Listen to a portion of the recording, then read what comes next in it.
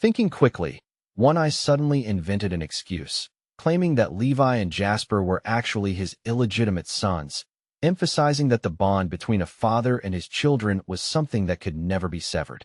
The commander froze in shock when he heard that statement, unsure whether the man was telling the truth or fabricating an outrageous lie. With remarkable acting skill, One Eye continued his performance, even letting tears well up in his eyes as he explained that if Levi and Jasper stayed behind at headquarters, they would feel abandoned by their own father. The entire room fell silent as One Eye's dramatic display created an unexpectedly emotional atmosphere. The commander stared at him thoughtfully, considering the claim that One Eye was truly their guardian. In truth, Levi and Jasper's backgrounds had never been thoroughly investigated. At that moment, the commander finally began to understand why the boys seemed to have such a strong attachment to returning home. Still unsure, he cautiously asked whether Levi and Jasper were actually brothers, noting that their surnames were completely different. Without even pausing to think, One Eye quickly lied again, claiming they had simply inherited their mother's family name instead. The commander glanced down at Jasper's personal file and noticed that it strangely lacked basic details such as his exact age or birth date, which only made the situation more suspicious. Sweat began pouring down One Eye's face as he tried desperately to remember convincing details. Suddenly, the commander slammed his hand on the table, angrily accusing him of being a reckless womanizer. One Eye hurriedly pretended innocence, admitting his past carelessness while proudly adding that despite their unusual origins, the two boys were extraordinary combat geniuses. He went on to say that regardless of how they were born, Levi and Jasper were still young and needed their father's guidance and care. Watching the emotional performance unfold, the commander finally stepped back with a reluctant sigh. With obvious disgust in his eyes, he admitted that there was little choice but to allow Levi and Jasper to return to Yanhai City instead of forcing them to remain in the capital. However, since the current evaluation equipment could not accurately measure Levi's true strength, the commander decided to keep this information confidential. He added that if One Eye agreed, Levi would still be required to respond if the country ever summoned him to defend headquarters. One Eye immediately nodded in agreement, promising confidently that there would be absolutely no problems. At that very moment, someone suddenly used their authority to enter the room where One Eye and the Supreme Commander were speaking privately. Still unaware of the newcomer's presence, One Eye continued reassuring the commander that protecting headquarters was the same as protecting the nation itself, and that Levi would never refuse such a responsibility.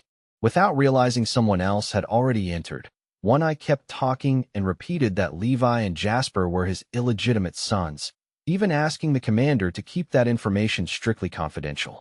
Inside, the commander cursed One Eye for being such a shameless womanizer, but in the end he reluctantly agreed to the arrangement. Suddenly, the man who had entered the room could not help speaking up. With obvious surprise, he remarked that the famous combat genius was apparently the illegitimate child of One Eye. One Eye turned suspiciously and asked who the man was. The elegant red-haired stranger calmly introduced himself as Stefan, one of the 13 general-level elders of headquarters and one of the 5 Supreme Realm experts stationed permanently at Jin Fortress. Stefan also happened to be the future head of the powerful Jin family. Hearing this name, One Eye immediately realized that Stefan was Joseph's younger brother, which also meant that he was Tracy's father. Trembling slightly, One Eye nervously extended his hand to shake Stefan's. However, Stefan's next words shocked him deeply. With a faint smile, he hinted that because of those two brilliant, illegitimate sons, One Eye's reputation was probably ruined forever, and he might never find a wife now. Meanwhile, the scene shifted to the garden where Lion had once met privately with his commander. After hearing from Ye that Levi had reached the Supreme Combat rank and was allowed to return to Yanhai without staying at headquarters, Lion curiously asked how the commander had agreed to such a decision. Cases explained that the one-eyed man had boldly claimed Levi and Jasper were his illegitimate sons. Lion frowned slightly, unsure whether the one-eyed man had spoken the truth or simply invented another lie, considering his reputation as a shameless womanizer. After thinking for a moment, Cases suggested launching an attack using the evil artifact to destroy Yanhai City while taking the opportunity to eliminate One Eye and Tracy. Lion nodded grimly, pointing out that they were still holding Sam's corpse. If they did not destroy those two soon, the secret might eventually be exposed. Cases proposed persuading certain demons to take action, since only they possessed the strength necessary to kill supreme-level warriors. Leon muttered something under his breath that caught Cases' attention. Cases was left speechless when he heard Leon angrily complain about the one-eyed man fathering two illegitimate children despite already being 40 years old. Meanwhile, back at headquarters, the rooster was grumbling angrily that Levi and Jasper had gone to the combat evaluation without inviting him along. Eventually, he decided the situation had one advantage. It gave him the perfect excuse to take a long, comfortable nap. Just as the rooster jumped onto the bed to begin his legendary afternoon sleep, Jasper's loud voice suddenly rang out and rudely woke him up. The rooster angrily crowed at the two of them for ruining his rest, loudly questioning whether they even had basic human decency. At the same time, the twins returned to the special district of Shinfeng City. The residents welcomed them warmly, celebrating them as heroes who had completed an extremely dangerous S-rank mission. From that day forward, the twins were no longer considered an embarrassment but a great pride of the entire city. Feeling embarrassed by all the praise, Giselle quietly whispered to Julian that she felt awkward hearing everyone call them heroes. Julian simply shrugged and replied irritably that there was nothing to be embarrassed about. The two of them smiled politely and waved to the cheering crowd around them. Soon someone noticed that Team 66 had already climbed to 16th place on the national leaderboard, shocking many people since they had joined the Special Forces only a few months earlier. Muttering to himself, one observer complained that the Yanhai team had spent half their lives earning points, yet Team 66 had suddenly overtaken them. While others believed the twins were the strongest team in Yanhai, he knew they were simply two unusual eccentrics with very different ways of thinking. At that moment, One Eye suddenly remembered that Levi had completed an S-rank mission, earning 10,000 points along with a prestigious national award. Meanwhile, Tracy and her uncle were already waiting nearby, after receiving One Eye's message about when he would arrive. The director of the Psychiatric Institute, Sean, spotted the two familiar figures approaching and immediately walked forward to greet them. The moment Jasper and Levi saw the director, they were so moved that they almost burst into tears as they rushed forward to hug him tightly. The director hugged them back warmly and admitted with a smile that he had missed them very much during their absence. Then he suddenly noticed the rooster standing beside them. Without hesitation, the director rushed forward and hugged the rooster as well, saying happily that he had missed him too. One Eye stood quietly to the side, watching the emotional reunion. Seeing the director's sincere affection for the boys, he finally understood why the man looked so deeply moved. The previous evening, the director had been relaxing in his office, casually watching a food review channel on his phone. Suddenly, a notification popped up from the hospital's account, informing him that 240 million had been transferred from the Special Forces headquarters. The message explained that Levi, Jasper, and Rooster had successfully completed a dangerous S-rank rescue mission. According to the official notice, each of the three participants was entitled to a national reward of 80 million as recognition for their extraordinary contribution. The director stared at the numbers in disbelief, rubbing his eyes again and again as his hands began to tremble. No matter how many times he checked, the enormous figure remained the same. In the end, he realized there was nothing else to do except wait until morning when the three heroes returned so he could greet them personally. Meanwhile, Tracy answered One Eye's earlier question about the warrior who had stayed behind to guard the city.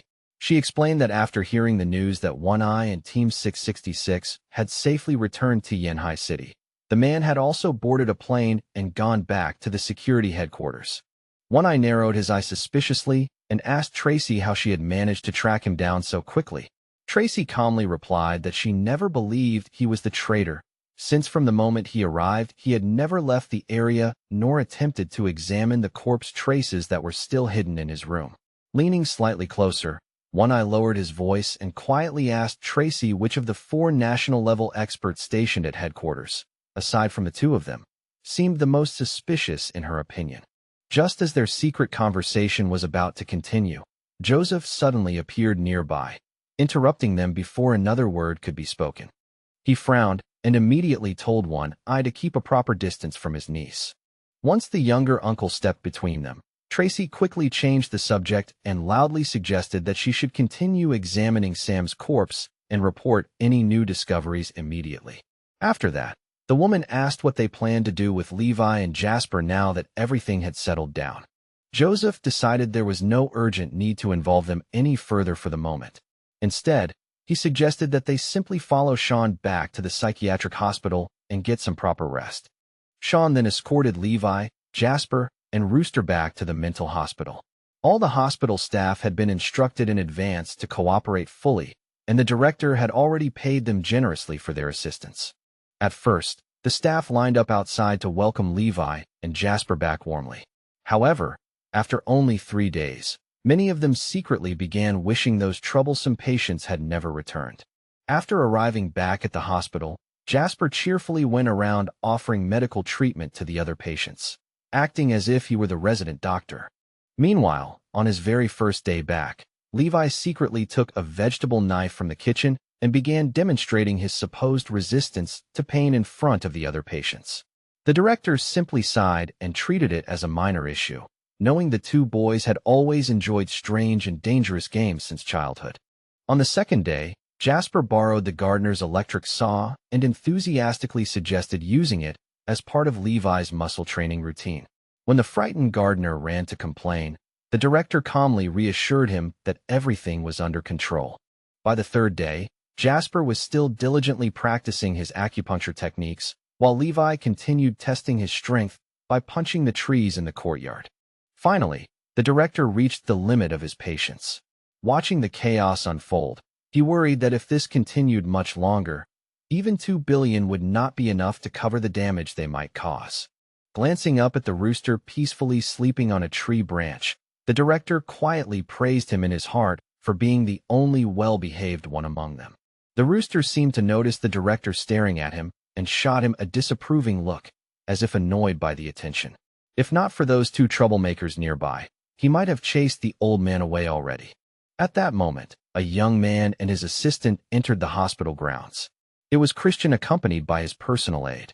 The director was extremely pleased to see them arrive. He secretly hoped Christian might invite Levi and Jasper away for a while.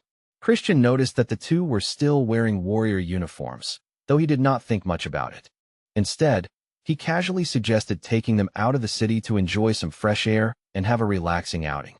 The 2 boys looked at him with confusion, not understanding why he suddenly decided to invite them along. Christian sighed quietly to himself, realizing that their unusual mental condition might make social outings difficult. So he shrugged and said that if it seemed impossible, they could simply forget the idea. The director immediately grabbed Christian's hand, unwilling to miss such a golden opportunity, and eagerly persuaded him to take the 2 boys along. He even asked whether Christian could help cover some of the expenses Levi had accidentally caused during his previous adventures outside. Christian nodded without hesitation, knowing that for his wealthy family, a little money was hardly worth worrying about. Soon afterward, Levi and Jasper were happily running through the forest, chasing butterflies and buzzing bees like excited children. Christian had taken them to a forest outside the city where a 5-star hotel chef was preparing an outdoor barbecue feast. Meanwhile, Christian relaxed comfortably on a sun lounger nearby. While wandering through the trees, Jasper suddenly noticed a dark cave entrance ahead. Curious, the two decided to explore it. High above them, several demons watching from the sky instantly realized what kind of cave that actually was. However, Levi and Jasper were completely unconcerned about any potential danger and boldly walked straight inside. Inside the cave it was dark and eerily quiet. As they walked deeper, Jasper casually hummed a cheerful tune. Deep within the cavern, a massive demonic beast suddenly caught the scent of humans drifting through the air. The creature became furious, realizing its long hibernation had been disturbed. This particular demonic beast was extremely powerful and had lived inside the cave for more than 300 years. 3 centuries earlier, it had arrived there together with its cockroach brother. Unfortunately, the entrance collapsed during a battle between its brother and humans, trapping it inside. Its brother had always been incredibly strong. After 300 years, the beast assumed the cockroach king must have conquered Yanhai and become its ruler. The demon had no idea that his brother had already died long ago. Believing these humans would be an easy meal, he decided to eat them and then search for his brother afterward. As Levi and Jasper approached, the beast grinned greedily. At the same time, a system warning appeared in Levi's mind, alerting him to the demon's immense power. The Demon King stepped forward and arrogantly told Levi that meeting him today was the greatest misfortune of his life. Hearing that threat, Levi actually began drooling with excitement and calmly announced that he had no intention of leaving. 10 minutes later, Rooster was standing nearby admiring a colorful egg in his hand when he suddenly heard Jasper calling out loudly. When he looked up, he was stunned to see the enormous demonic beast completely subdued by the two seemingly harmless boys. Startled, the rooster dropped the egg, but Isaac quickly caught it before it could hit the ground. The captured bull demon suddenly recognized the rooster and realized they belonged to the same demonic lineage. With tears in his eyes, the bull demon begged the rooster to save him. The rooster sadly replied that he could do nothing, scolding the demon for foolishly choosing the wrong cave. Meanwhile, the cockroach spirit watched his brother's death from afar, sadness filling his eyes. When the Bull King's soul rose from his body, he finally saw his brother, the Cockroach King, waiting nearby. The two brothers rushed toward each other and embraced tightly, crying as they shared their sorrow after centuries of separation. As night fell, Levi's group happily enjoyed the rich aroma of roasting wild ox meat over the fire. The rooster slowly chewed a skewer of Demon King meat and quietly wished his unfortunate relative a peaceful journey to the afterlife. Tears rolled down his feathers while Christian's assistant politely asked whether he wanted to sprinkle a little pepper on it. The rooster nodded immediately, saying that seasoning would definitely improve the flavor of his relative's meat. On the second day of their journey through the outskirts, a demonic owl watched the people below from the sky, thinking food had conveniently arrived on its own. Later, the rooster held a delicious roasted owl in his claws and justified the situation by saying the creature had simply been too foolish. On the third day, while wandering through the forest again, Levi suddenly noticed a small and rather adorable snake nearby. Meanwhile, the rooster calmly prepared another skewer of meat while scolding the snake for being so careless around hungry travelers. On the fourth day of wandering through the wild lands nearby, the boar demon finally returned to his cave. After a long day of roaming around, he settled into his den with a satisfied grunt, stretching his heavy body across the ground. Feeling completely relaxed and safe inside his territory, he slowly closed his eyes, ready to drift into a deep and peaceful sleep. Levi and Jasper quietly crept closer after spotting the chubby boar sleeping so comfortably. The sight of the round creature made Levi grin, and he casually remarked that the boar actually looked kind of cute. Hearing this, the boar demon woke up trembling, tears welling in his eyes as he pitifully begged for mercy, swearing again and again that he would never dare eat another human. Meanwhile, the rooster slowly enjoyed the rich flavor of roasted boar meat, savoring every bite with clear satisfaction. As he chewed lazily, he also realized something unfortunate. Because he had grown too relaxed and sleepy earlier, his fate had already been sealed without him noticing. More unlucky creatures soon joined the earlier victims. Watching this happen, the rooster casually complained that the rabbit had only himself to blame. After all, growing up looking so plump, soft, and deliciously beautiful was practically inviting trouble. Then he glanced at the frog and shrugged dismissively. According to him, the frog's real mistake was the opposite.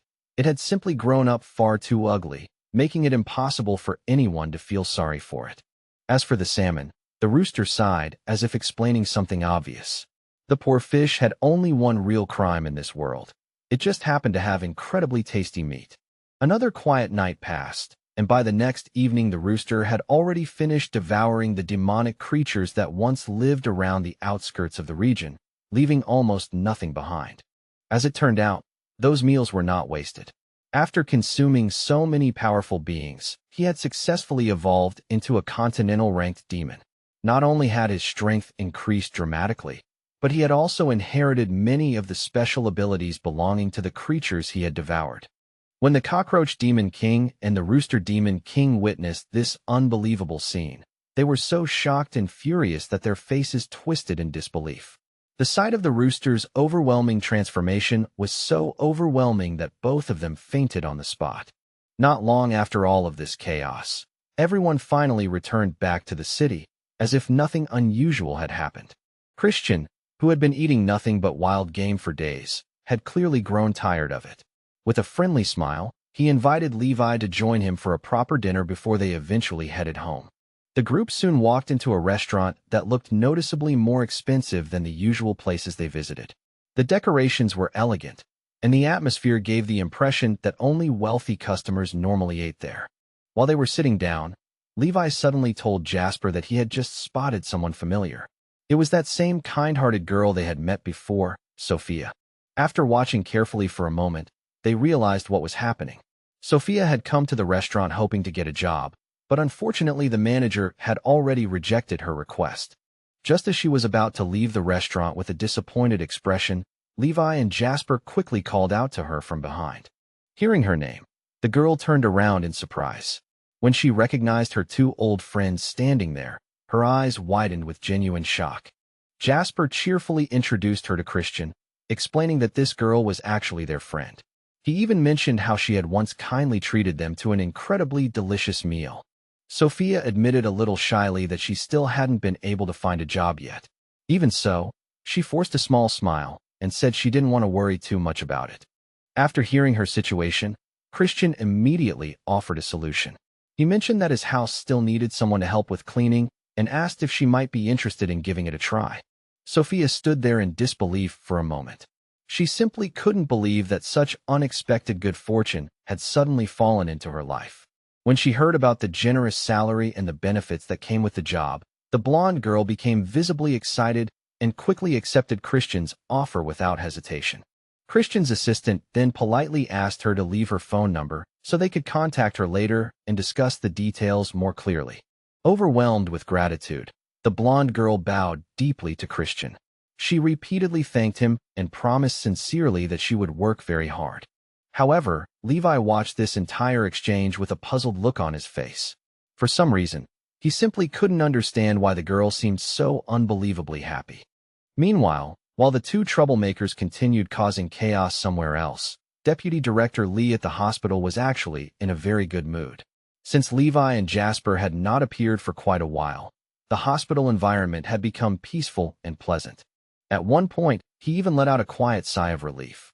A strange thought crossed his mind. Whenever he imagined that those two might already be dead somewhere, he felt strangely calm. But the moment he realized what he had just thought, the doctor froze. As someone sworn to save lives, he immediately slapped himself across the face as punishment for allowing such dark thoughts to appear. Then he reminded himself of something important. After all, thanks to Levi and Jasper, the hospital had actually received a large amount of funding. Thinking carefully about it, he concluded that his guilty conscience was probably the reason for his discomfort. To calm himself down, he decided to go pray and burn some incense. Just as he finished lighting the incense, a loud and familiar voice suddenly shouted from behind him. It was Jasper announcing his arrival. The moment Old Man Lee heard that voice, his face instantly turned furious. Without hesitation, he pinched out the incense and threw it angrily onto the ground, declaring that from now on he would never bother praying again. When Levi and Jasper approached him, Jasper cheerfully said that it had been a long time since they had last seen each other. He even added that he missed Lee, which was why they came to visit. Old Man Lee forced a bitter smile while thanking them for the visit. Although he looked touched on the surface, he treated the two troublemakers more like mischievous puppies and politely asked them to leave. He personally placed them into a car, waved goodbye with a stiff smile, and watched them drive away. Inside the moving car, the two boys happily waved back to him. But only a few seconds later, Lee suddenly froze. A strange realization hit him. Something about that situation felt terribly wrong. When Christian later arrived, the hospital director warmly thanked him for taking care of Levi and Jasper during the past few days. However, he also felt a bit uneasy, worrying that Christian might simply decide not to bring them back at all. Because of this fear, the director gathered all the newly hired staff members and issued a very strict order. Under no circumstances were they allowed to let the two boys leave their sight for even 5 seconds. One of the new nurses nervously raised her hand and asked what would happen if they accidentally lost sight of the boys for more than 5 seconds. The director immediately replied that they must contact him without delay. Right after saying this, he quickly began organizing a full search throughout the hospital building. At that moment, a nurse suddenly shouted loudly for the director to come over. She reported with panic in her voice that more than 5 seconds had already passed, and Levi and Jasper were nowhere to be found. The director looked around the area, his face slowly turning pale as he realized the terrible truth. The two boys had completely disappeared.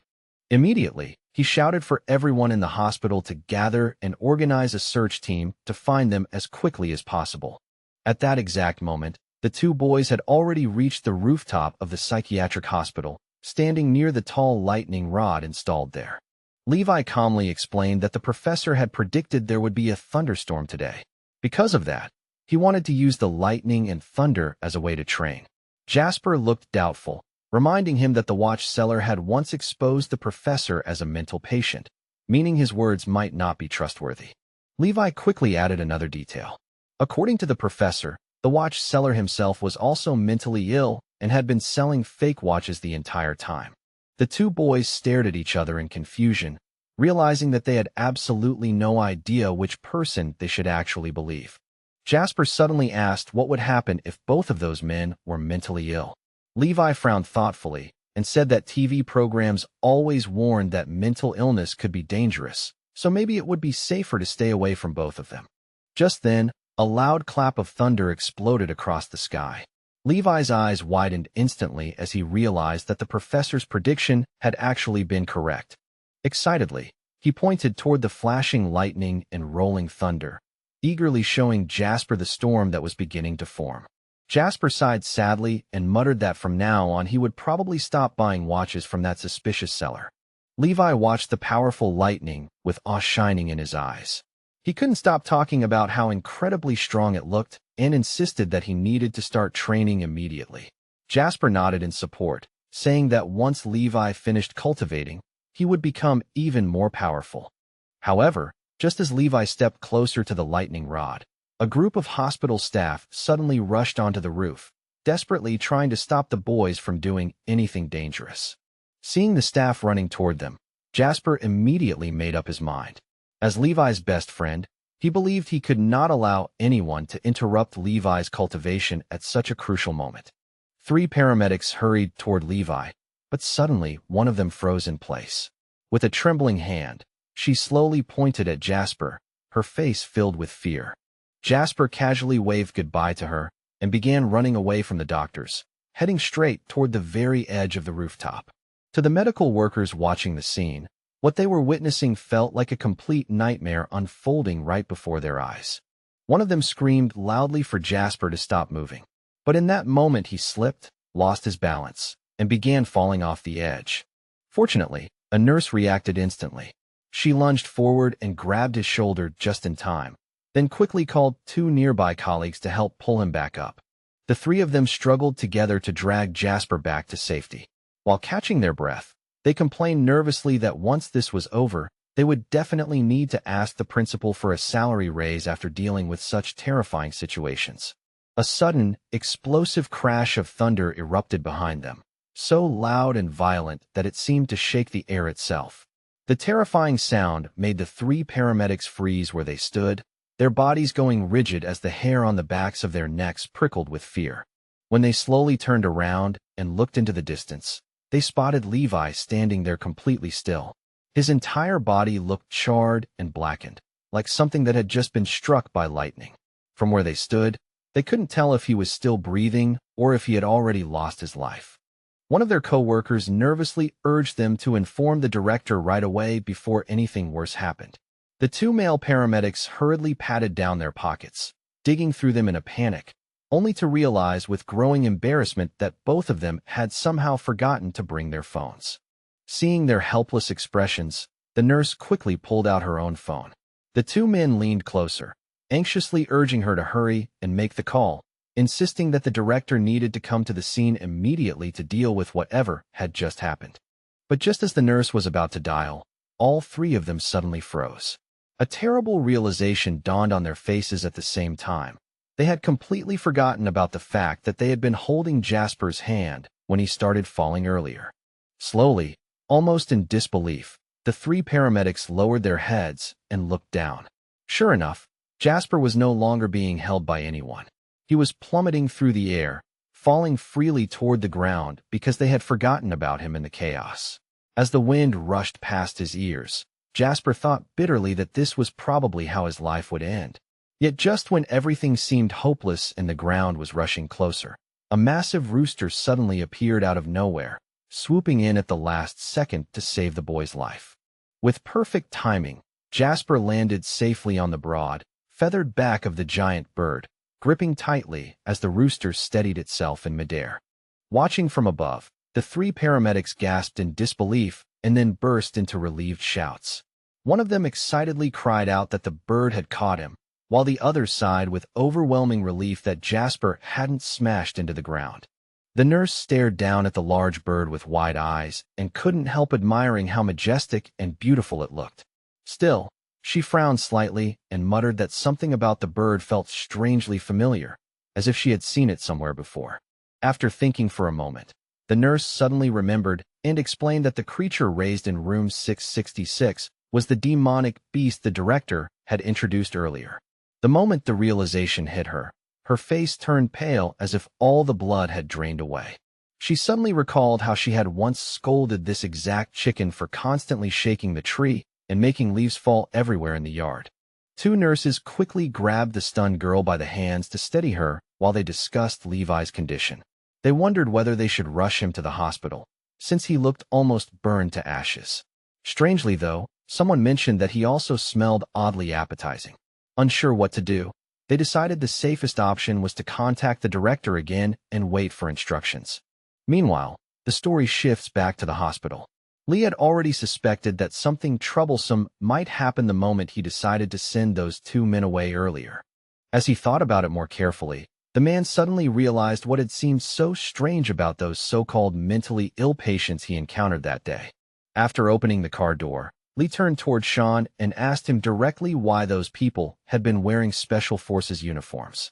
He added that if mentally unstable individuals could somehow become that powerful, their entire city might soon face serious trouble. Hearing this, Sean quickly leaned over and covered Lee's mouth with his hand, nervously whispering that they were nothing more than cosplayers playing dress-up.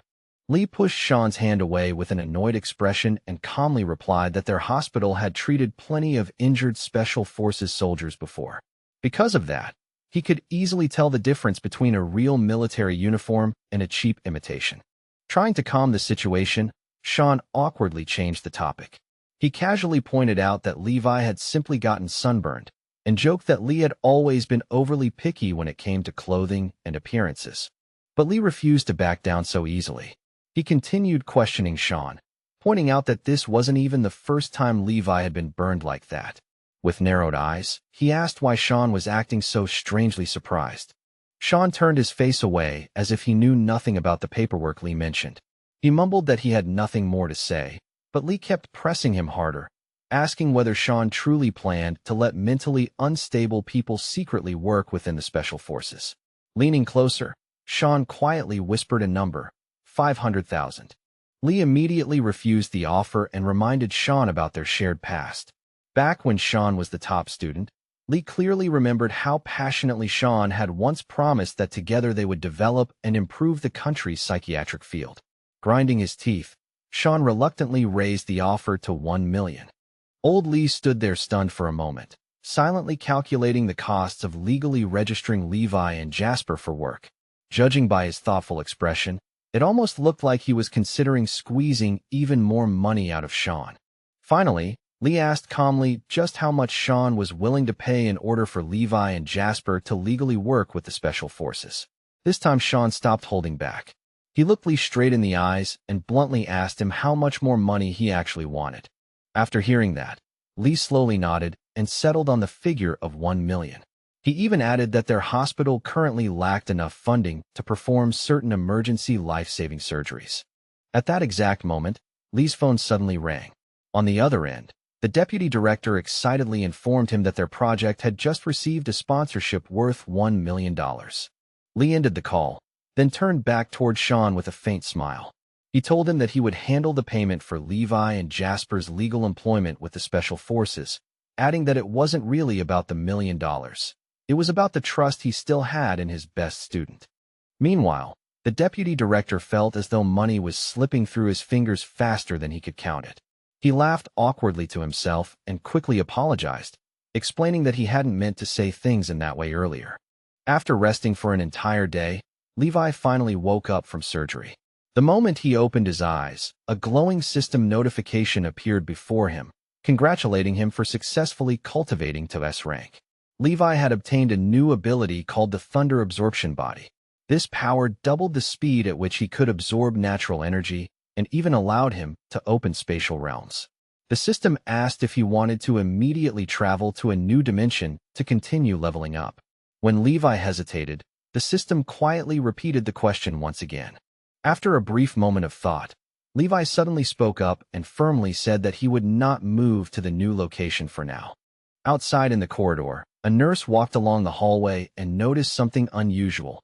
Every single patient seemed to be behaving incredibly well today. She smiled to herself, thinking that it might turn out to be another peaceful and pleasant day at the hospital. But the moment she glanced into Levi's room and saw him climbing onto the windowsill, clearly preparing to jump outside, that peaceful feeling shattered instantly. Standing on the edge of the window, Levi calmly said his goodbyes. With a quiet voice, he explained that today he needed to travel somewhere very far away. The nurse gasped in shock, dropping the folders she was holding. Papers scattered across the floor as she rushed forward and shouted for the other nurses to come help immediately. Soon a panicked group of nurses surrounded the window, each one desperately trying to persuade Levi not to jump. One younger nurse managed to grab onto his leg, while another begged him to think about his parents before making such a terrible decision. They kept pleading with him, insisting that no matter how serious his illness was, as long as he could still breathe, there was hope. Levi stared blankly at them, just as a voice suddenly called out from outside the window. It was Jasper, flying outside while riding on the back of a giant rooster. Levi casually remarked that he had actually tried riding a chicken once as well. Hearing that comment, the rooster's expression instantly turned awkward and pale. Jasper looked equally confused, wondering why he had to suffer through his friend's ridiculous joke. By the next day, rumors began spreading across the internet claiming that a patient had jumped from the hospital building. A reporter soon arrived to interview the nurses, who nervously explained that they had tried to stop him but couldn't pull him back because he had already stuck his legs out the window. The reporter mocked the nurses and even called them crazy.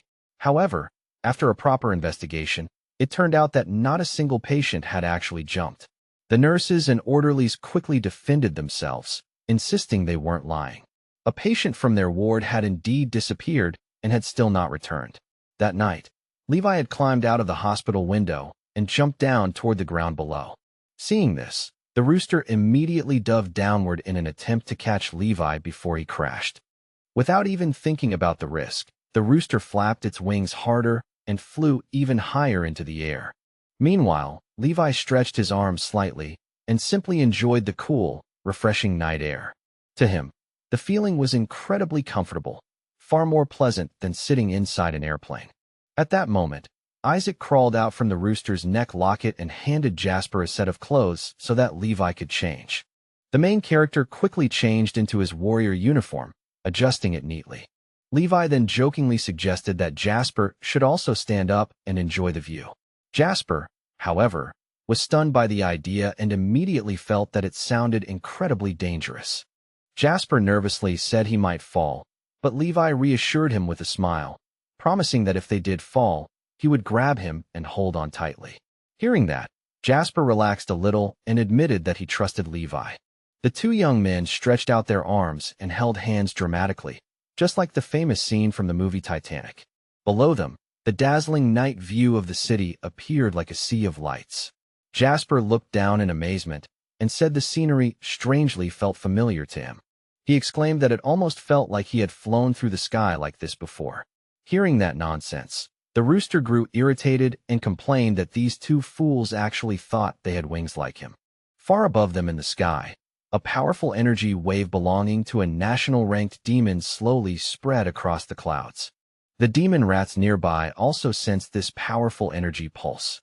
They quietly remarked that demons of national rank could even coexist with humans and sometimes were treated like pets. The rooster didn't dare resist such a powerful presence and simply allowed the two humans to remain seated on his back. Meanwhile, the rats decided that the powerful demon should know they belonged to the peaceful faction that wanted to coexist with humans. Of course, if that happened, they would no longer be able to secretly eat people to increase their levels. Elsewhere, the monkey demon Gargamel looked up and suddenly recognized the rooster flying high overhead. Realizing it was his old comrade along with two human friends, he chirped in surprise, amazed that his rooster brother had already risen to the powerful level of a city-state being.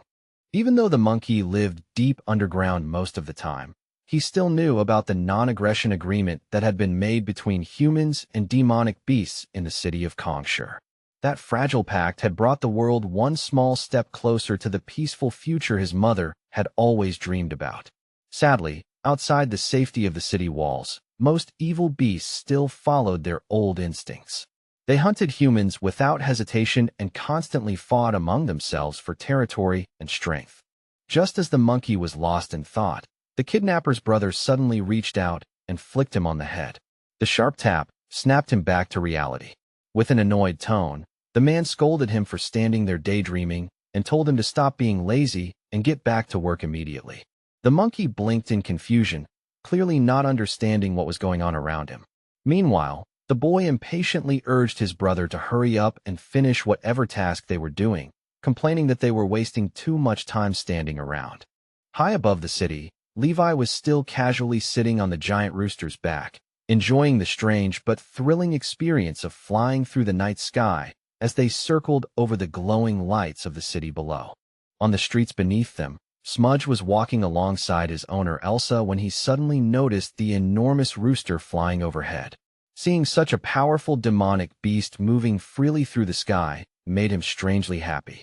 To him, it meant that even powerful city-state level demons were beginning to accept peaceful coexistence with humans.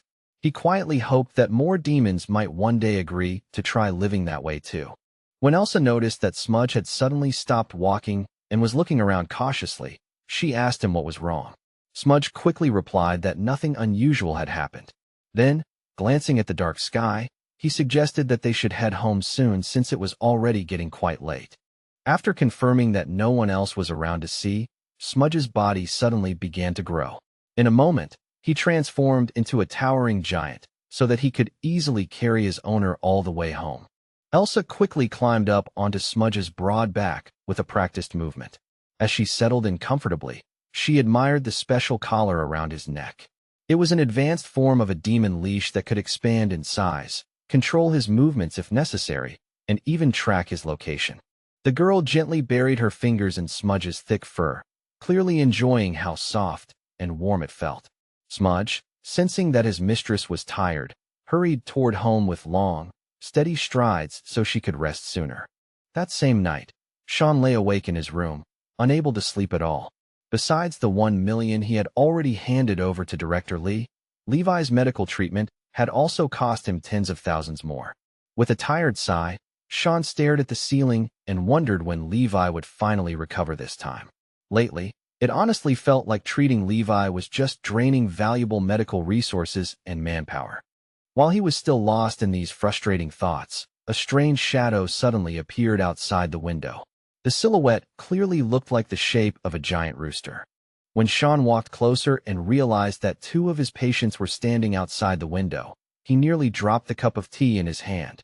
The sight of those two familiar troublemakers made him feel like crying out of pure exhaustion. Trying to maintain his authority, Sean angrily ordered the boys to go to bed immediately and stop causing trouble in the middle of the night. Obediently, the two boys lay down on the grass under the open sky, using the ground as their bed as if it were the most natural thing in the world. Early the next morning, when Sean walked outside and saw them still lying there exactly where they had fallen asleep, he felt a wave of helpless frustration. After all, he had told them to sleep, but he certainly hadn't told them to sleep outside on the grass. He turned around as if he was about to leave them there. But after taking a few steps, he stopped. With a quiet sigh, he realized he was worried they might catch a cold. After searching around for a moment, he found a blanket and gently covered them. In truth, the director had stayed awake the entire night, keeping an eye on those two sleeping fools. Sean looked down at them with a complicated expression and muttered resentfully, wondering why no one had come to take them away yet. Over the past few days, Sean felt as if time itself had slowed to a painful crawl. He had never experienced days passing so slowly before. Hearing the director complain like this, the assistant standing beside him couldn't help feeling a little bitter. After working at the psychiatric hospital for an entire month, he had only been given 4 days off in total. He glanced over at Levi, who was still sleeping soundly nearby. At that moment, the system quietly reminded its host that the Otherworld stage was still waiting to be unlocked.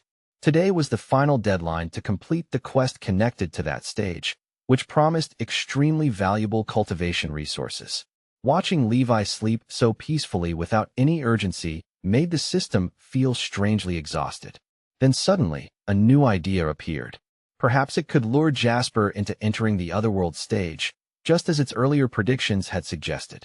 The moment that thought was mentioned, the protagonist's eyes snapped open instantly, as if he had been waiting for something like that.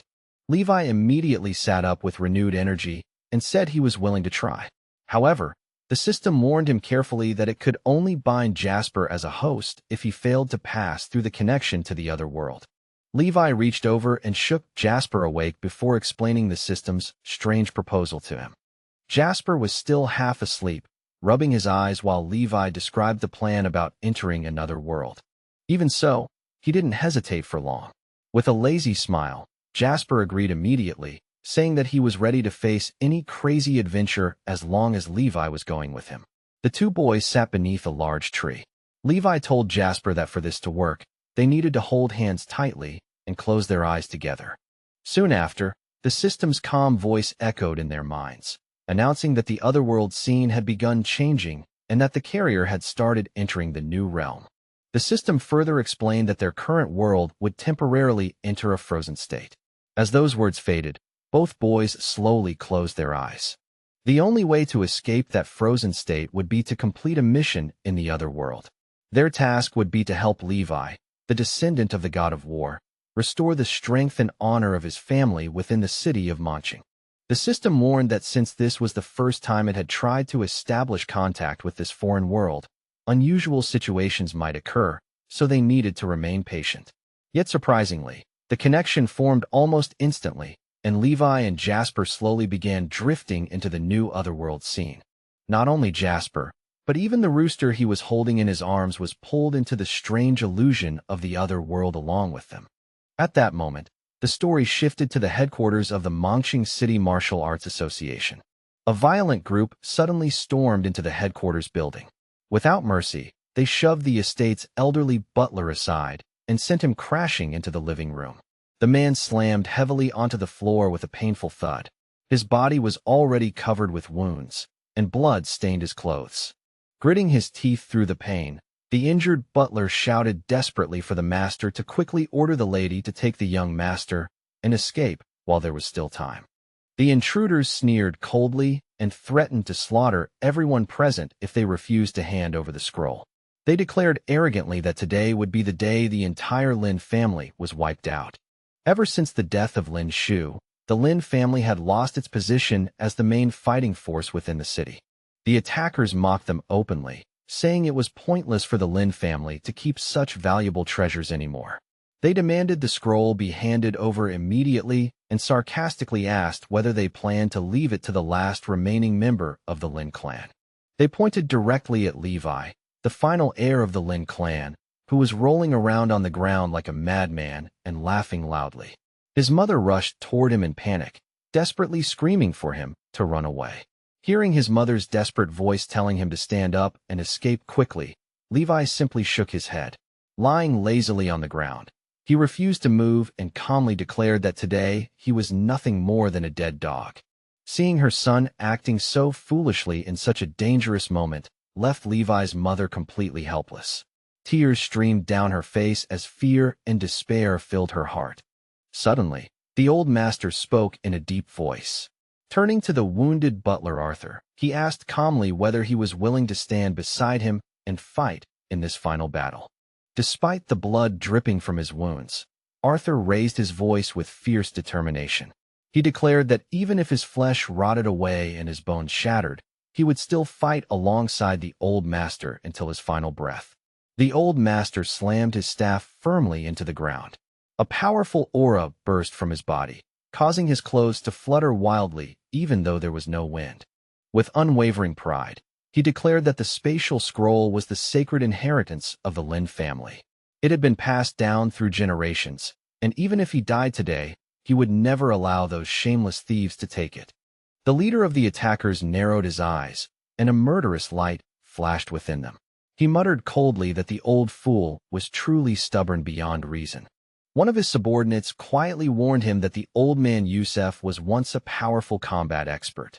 If they fought recklessly, their group might suffer serious losses. Arthur himself was also a mid-level combat expert and was fiercely loyal to the Lin family. Facing two old warriors ready to die in battle would not be an easy task. Seeing that the long-haired man was hesitating, two figures approached him from behind.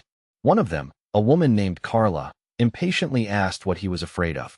With so many fighters on their side, she was confident they could easily deal with two aging men on their last breath. The old master's anger finally erupted. He shouted at them fiercely, reminding them how the blood demon had once ravaged the entire city years ago. If his son Lin Shu had not sacrificed his life to stop that disaster, none of them would still be alive today. Carla sneered shamelessly. She admitted that if Lin Shu were still alive, she would never dare show her face here. But now that he was dead, leaving behind only a useless son, she questioned whether such a powerful martial scripture should really fall into Levi's hands. Hearing those insulting words, the old master cursed angrily and said that if things had reached this point, they might as well speak openly and honestly. He firmly refused to hand over the scroll and declared that today the Lin family would fight to the very end. None of them feared death. Turning toward his frightened daughter-in-law and grandson, the old master urgently told them to leave at once. The sudden appearance of the protective domain had already terrified them. When Carla's group began moving forward to destroy the domain and attack the old master, Arthur stepped forward with a furious roar. Standing like a shield before him, he growled that as long as he lived, no one would dare harm the old master. Carla immediately understood what the old master was trying to do. He was sacrificing himself to buy precious time for the others to escape. With cold determination, she ordered her fighters to destroy the domain immediately so that the young heir would have no chance of escaping. Levi's mother, Camilla, knew she could not allow the sacrifices of the old master and Arthur to be meaningless. She desperately grabbed Levi's arm and tried to drag him away from the chaos. But Levi stubbornly crawled along the ground, pushing her hand away again and again as if he refused to leave. He complained in a helpless tone that he didn't feel like walking at all. In fact, he grumbled that being dragged along like this made him feel like a dog being forced to crawl around on all fours. Hearing such nonsense in such a dangerous moment, Levi's mother finally lost her patience. Furious, she grabbed him tightly by the collar and, unable to hold back any longer, slapped him across the face and ordered him sharply to obey her and stand up. The sudden blow stunned Levi completely. Covering his face with both hands, he whimpered awkwardly, clearly embarrassed and confused, as if he still didn't fully understand what was happening around him. But then something strange happened. Levi's eyes suddenly widened, and the expression on his face slowly shifted. The excitement and confusion vanished, replaced by a cold, emotionless calm. He slowly pushed himself up from the ground and stood on his feet, absent-mindedly scratching his messy, dirty hair that hadn't been washed in a long time. Watching him like this, his mother suddenly fell silent. A trace of worry appeared on her face as she wondered if she had been too harsh with her stubborn and wayward son. In truth, something extraordinary had just happened. At that very moment, Levi's body had been taken over by another Levi from a different world, someone who had been given the mission of restoring this fallen boy to his former glory. Levi suddenly raised his voice and shouted loudly, asking where Jasper was and why he couldn't see him anywhere. Meanwhile, inside the protective domain created by the old master, A powerful impact suddenly struck it from the outside. The barrier shattered violently, collapsing under the heavy blow. A body was thrown through the broken domain and crashed down onto the ground, landing directly at Levi's feet. Levi looked down at the fallen figure with a puzzled expression and asked if it was Jasper.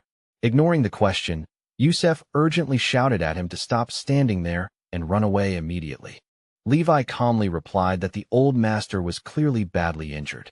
Once he found Jasper, he could have him use acupuncture to treat the wounds and stabilize his condition. As the enemy group continued advancing toward them, Arthur stepped forward without hesitation, choosing to sacrifice himself to stop them. With a powerful shout, he ordered the old master and the mistress to leave immediately. He knew very well that he wouldn't be able to hold the enemy back for long. When Arthur was killed right before their eyes, old Master Yusef cried out in heartbreaking grief, unable to accept the loss of his loyal companion. Arthur's blood splashed across Levi's face. Levi quietly raised his hand and wiped the warm blood away from his cheek. In that instant, Levi's expression changed again. His previously calm face became cold and serious. He spoke slowly and said that a group of people ganging up on one person was unfair and simply wrong. He even casually mentioned that he had once seen something like this on television, where people talked about the importance of proper fighting ethics.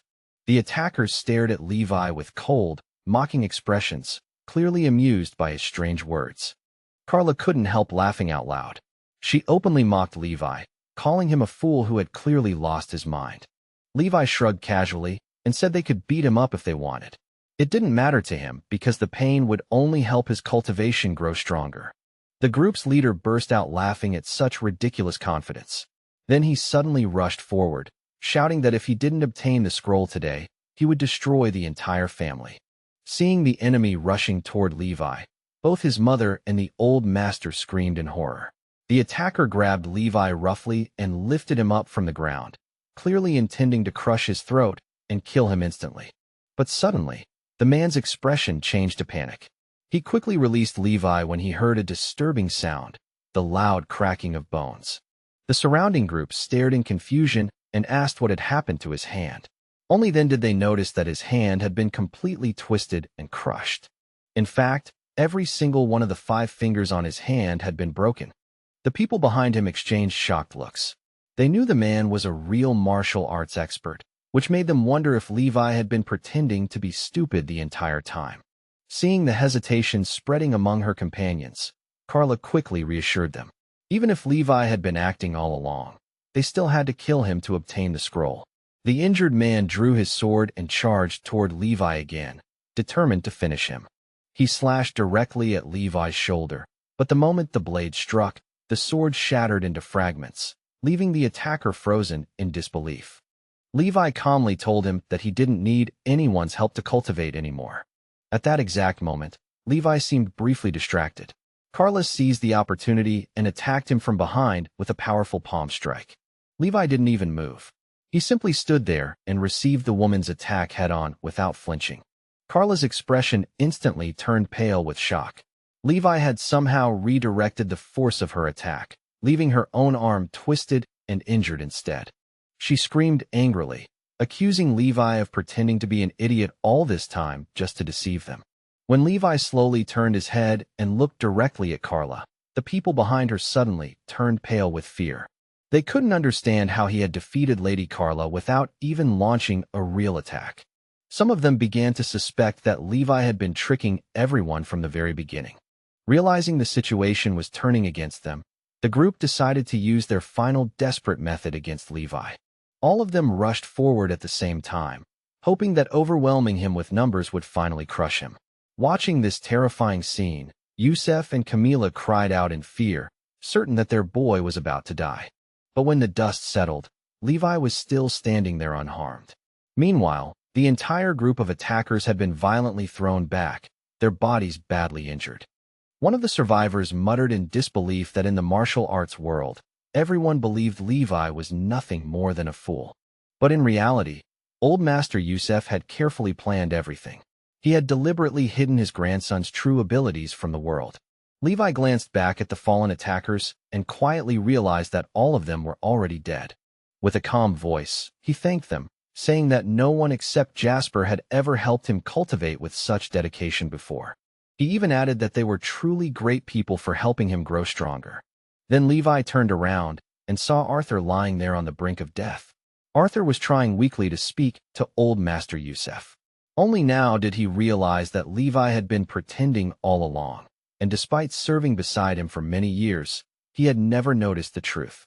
Old Master Yusef quietly told Arthur not to say anything more and simply rest. Camila stood nearby, silently watching the emotional scene unfold before her eyes. With tears filling his eyes, Arthur asked the old master to take care of his granddaughter after he was gone.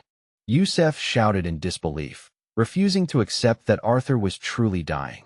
Seeing the sorrow in the old master's eyes, Levi suddenly asked whether he wanted Arthur to be revived.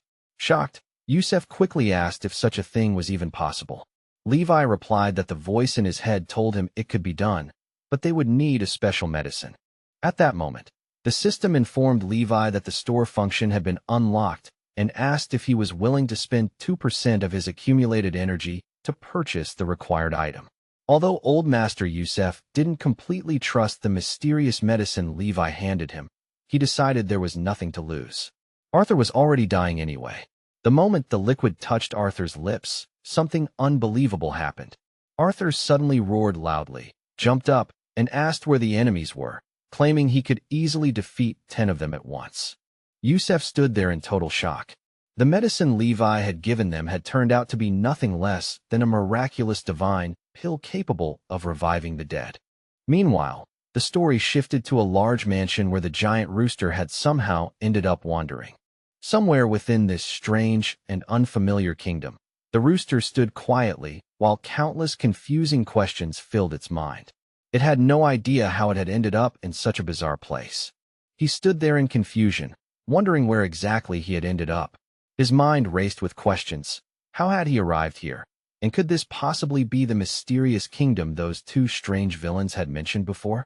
After thinking about it for a moment, the rooster decided those questions weren't the most urgent problem. The real issue bothering him was far more shocking. Why on earth had he suddenly turned into a human woman?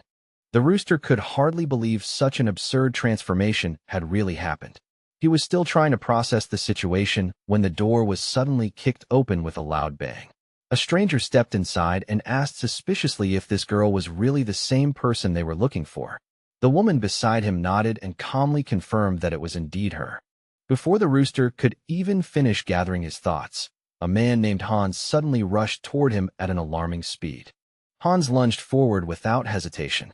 Grabbing the rooster by the neck with a brutal grip, he lifted him into the air, making it painfully clear that he intended to kill him without mercy. Furious at being treated this way, the rooster felt rage surge through his chest. In his mind, he cursed the man and thought angrily that this fool was simply asking for his own death. He tried to unleash his powerful thunder breath ability to burn the man to ashes. But to his horror, nothing happened. He couldn't activate the skill at all. Panicking, the rooster quickly attempted to release his poison mist ability instead. Once again, however, the attack completely failed. Now truly alarmed, the rooster began desperately trying every ability he possessed. Yet no matter what he attempted, every single power refused to work. Hans frowned and angrily questioned the man standing behind him about how this girl had behaved before. The man nervously replied that he wasn't sure. Normally, Arthur's granddaughter never acted like this. He hesitantly suggested that perhaps Hans had frightened her so badly that she had lost her senses.